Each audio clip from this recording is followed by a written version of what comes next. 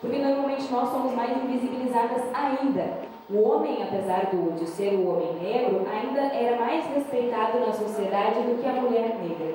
Então, dizer que a mulher negra já faz pesquisa, que já estuda, que já escreve livro há muito tempo, é importante não para mim, que já estou constituída, que agora entendi que eu posso estar dentro da academia, que agora ajudei a escrever a política de ações afirmativas da instituição aqui da Univates, que a gente tem conseguido fazer esse movimento, não é para mim, é para as crianças, para os próximos que vêm vindo e para os mais velhos, que eventualmente identificaram lá uma possibilidade, identificaram um sonho, mas não tinham essa porta aberta.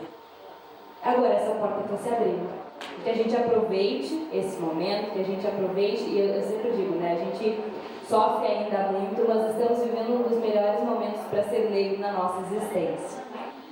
Agora a gente tem conseguido ferramentas, a gente ainda precisa lutar para ser respeitado, a gente ainda tem que processar, a gente ainda tem que fazer várias coisas, tem várias aparelhagens que a gente ainda precisa usar, mas agora a gente pelo menos consegue sentar em comunidade e se reunir, e congregar, e discutir, debater e ainda celebrar. Porque a gente por muito tempo só precisou viver nesse lugar de luta, era o único lugar possível. Para a gente poder estar aqui por muito tempo, as reuniões do Centro de Cultura Afro foram voltadas a pensar em como nós vamos fazer para manter as portas abertas. E aí o Afro Black também passa por essa luta ainda. Né? A gente ainda precisava pensar de que forma a gente vai se organizar para que a gente possa continuar existindo. E aí hoje a gente percebe que essas lutas deram certo porque perpetuaram e essas pessoas estão aqui. E aí a gente poder sentar, eu sempre gosto de oxigenar as ideias, e aí quando eu sento nessa posição de frente para as pessoas, eu acho que é o meu momento mais feliz, porque eu consigo ver nos rostos assim, as pessoas pensando, ah, mas será? Ah, mas eu acho que é. Ah, mas eu não sei se eu concordo com isso. E aí eu acho que é nesse lugar que a gente aprende. Quando a gente está falando e a gente vai percebendo as interações das pessoas, mas o meu ponto de melhor lugar enquanto estudante é poder ouvir. Então eu já vou aproveitar o gancho, caso alguém queira fazer alguma contribuição, porque a gente está aqui para ser interlocutor e debater e trazer provocações, mas as pessoas principais, as pérolas do dia, são vocês. Então caso alguém queira fazer alguma contribuição, o microfone está à disposição. Ai, ninguém vai falar nada, eu fiz toda essa fala bonita, construí que eu queria ouvir. Ah, tá. Então, mais um pouquinho. Tá. Ana, que bom que tu levantou a mão. Eu fiquei muito feliz que tu quer participar desse momento. Uma colocaçãozinha rápida. Apresentar para o pessoal, talvez, o curso do Afro Black, que é o movimento interessante. Bom, gente, eu já me apresentei, né, no dia de ontem, quando a gente fez a apresentação do Afro Black. Nós, do coletivo Afro Black, nós temos um trabalho, tá devidamente dedicado a essa camiseta, que é um curso de letramento para os professores chamado Pretos que Contam o Mundo, né, defendendo a lei 10.639, que é uma lei que tem como gancho, né, é uma obrigatoriedade com mais de 20 anos, ensinar a cultura afro dentro das escolas.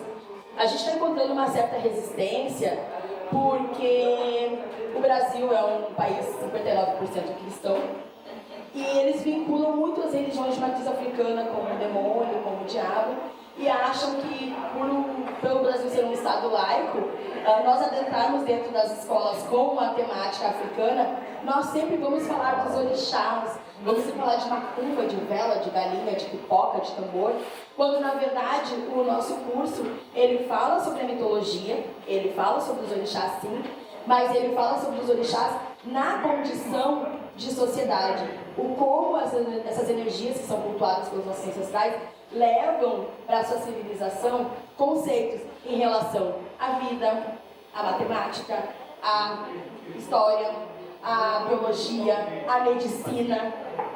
É nesse contexto que é construída a narrativa dos orixás. A gente está tentando ainda, galgando, levar isso para outros espaços, para dentro das escolas, dentro de Lajeado, preparando uma primeira turma e espero que em breve a gente consiga preparar uma próxima, para as pessoas entenderem que a cultura africana ela não é só o tambor, não é só o dançar, não é só a comida típica. Nós temos pensadores. O berço da matemática, o berço de toda a estruturação que existe dentro do mundo é africano. A gente a gente vem com essa narrativa, e essa narrativa ela não é uma narrativa de falácias, é uma narrativa comprovada cientificamente. Os primeiros seres humanos encontrados na Pangeia, né, que foi o primeiro território antes da cidade de migração, foi encontrado no território africano, só que é devidamente e consequentemente apagado. A gente não conhece a nossa própria história, a gente está lutando hoje para conseguir a nossa própria identidade, mas a nossa história ela foi apagada e a gente está reescrevendo ela. Então, com o propósito de reescrever e mostrar para as outras pessoas, as pessoas não negras, que a nossa cultura ela perpetua não só a questão religiosa, mas a questão social, porque existia sociedade antes de nós sermos trazidos de África para cá. E isso que está acontecendo aqui nesse momento é um aquilombamento, é uma referência daquilo que as vidas estão falando ali. A gente precisa levantar a voz, a gente precisa se levantar como indivíduo preto, sim, porque nós não somos iguais, nós somos diferentes, nós temos nossas particularidades. Tá? O seio familiar afro, ele é um seio que reforça muito isso. Por isso que a gente tem a comida, por isso que a gente tem a bebida, por isso que, cerca de aniversário, vamos comemorar o aniversário da cerca. Por quê? É um momento que nós temos para celebrar. Eu sempre digo que quando batem os tambores aqui no Brasil, na África, esses tambores reverberam.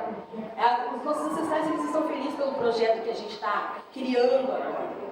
Mas, infelizmente, a gente ainda vai encontrar muita luta, muita celeuma, seja em qualquer campo, seja no campo da religião, seja dentro das universidades, seja na política. Eles sempre vão tentar nos silenciar. Se eles não conseguem nos silenciar, eles vão tentar nos diminuir. Mas nós não podemos desistir, porque se nós desistirmos, o processo deles vai se estabelecer e a gente vai voltar àquela senzala lá atrás, mas não vai ser uma senzala de escravidão física, vai ser a senzala de escravidão mental. Então a educação, o diálogo, o bate-papo é muito importante nesse momento para que a gente possa reunificar aquilo que os navios negreiros separaram.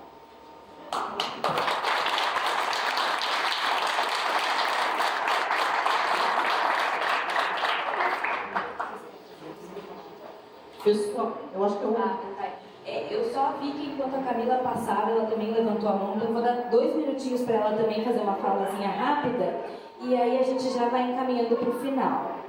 Eu vi que tu queria muito falar, eu percebi que tu levantou.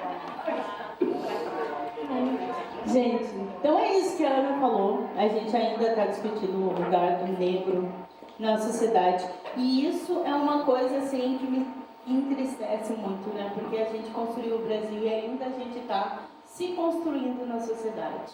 Então, isso é uma coisa que a gente tem que prestar muita atenção. Aí eu sempre penso que demorou tempo para a gente estar aqui hoje, por isso é muito bom. Demorou tempo para a gente ter uma matriz africana aí sem poder exercer livre, tá? Demorou tempo para a gente ocupar as universidades, demorou tempo para a gente ocupar os cargos mais acima. Não porque a gente não é capaz, a gente é muito capaz disso. Só que ainda estamos discutindo, ainda as pessoas precisam discutir o lugar que a gente ocupa. Isso é muito triste, porque a gente ocupa o lugar que a gente quiser. Então era isso, gente. Contribuição.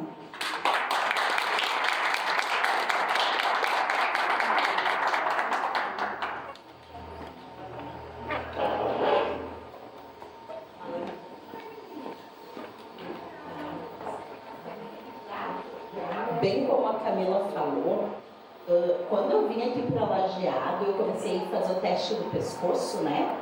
E ver que eu era a única negra a ocupar muitos espaços.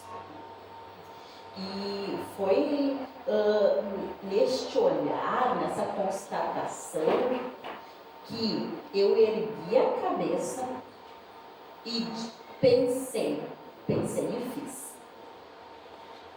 O meu lugar é onde eu quero estar. E se aqui eu sou a única negra, eu vou estar, mas quero trazer outras também. Porque o motivo de ser a única negra em um espaço não é um motivo de orgulho. Não é. Tá? Bem pelo contrário, é um motivo até de reforçar o racismo.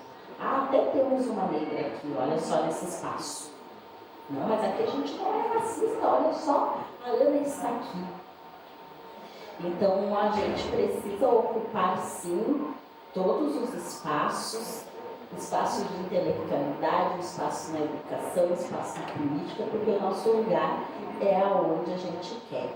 E hoje, e desde que eu vim para Lajeado, e hoje sempre eu tenho certeza que eu sou semente em terra fértil e que com certeza vai germinar e vai brotar flores lindas, junto com outras também.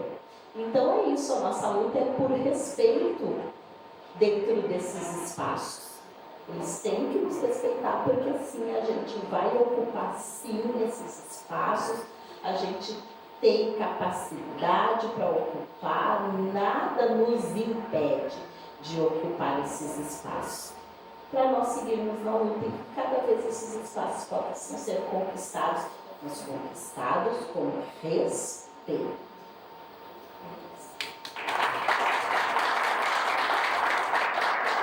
Pessoal, os pratos estão sendo colocados na mesa e a gente está começando a sentir aquele cheiro, né, que nos puxa. Mas antes de terminarmos essa roda, eu gostaria de convidar vocês. Vocês me ouvem assim? Sim. Está saindo a nossa terceira edição da revista do Gabinete, né, Tom de Voz.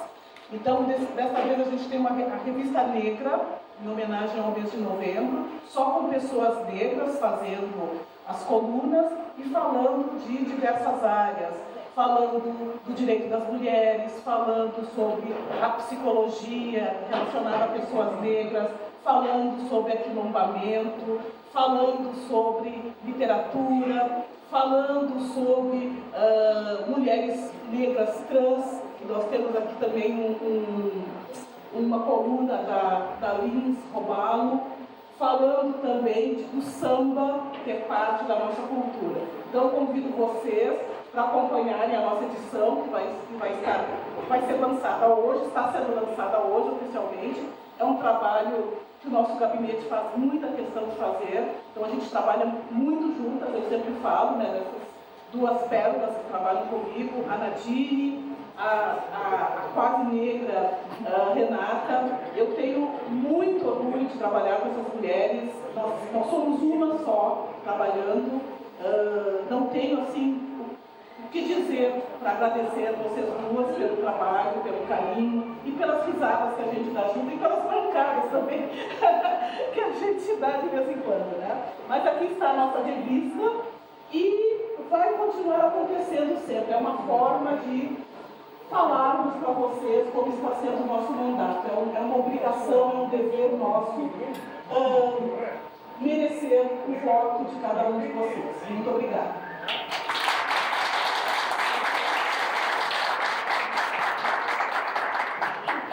Vou deixar a oportunidade passar, eu vou gastar todo o Yorubá que eu já aprendi e para finalizar minha participação aqui, eu gostaria de deixar para todos vocês um Adupé, que significa obrigada em Yorubá. Obrigada.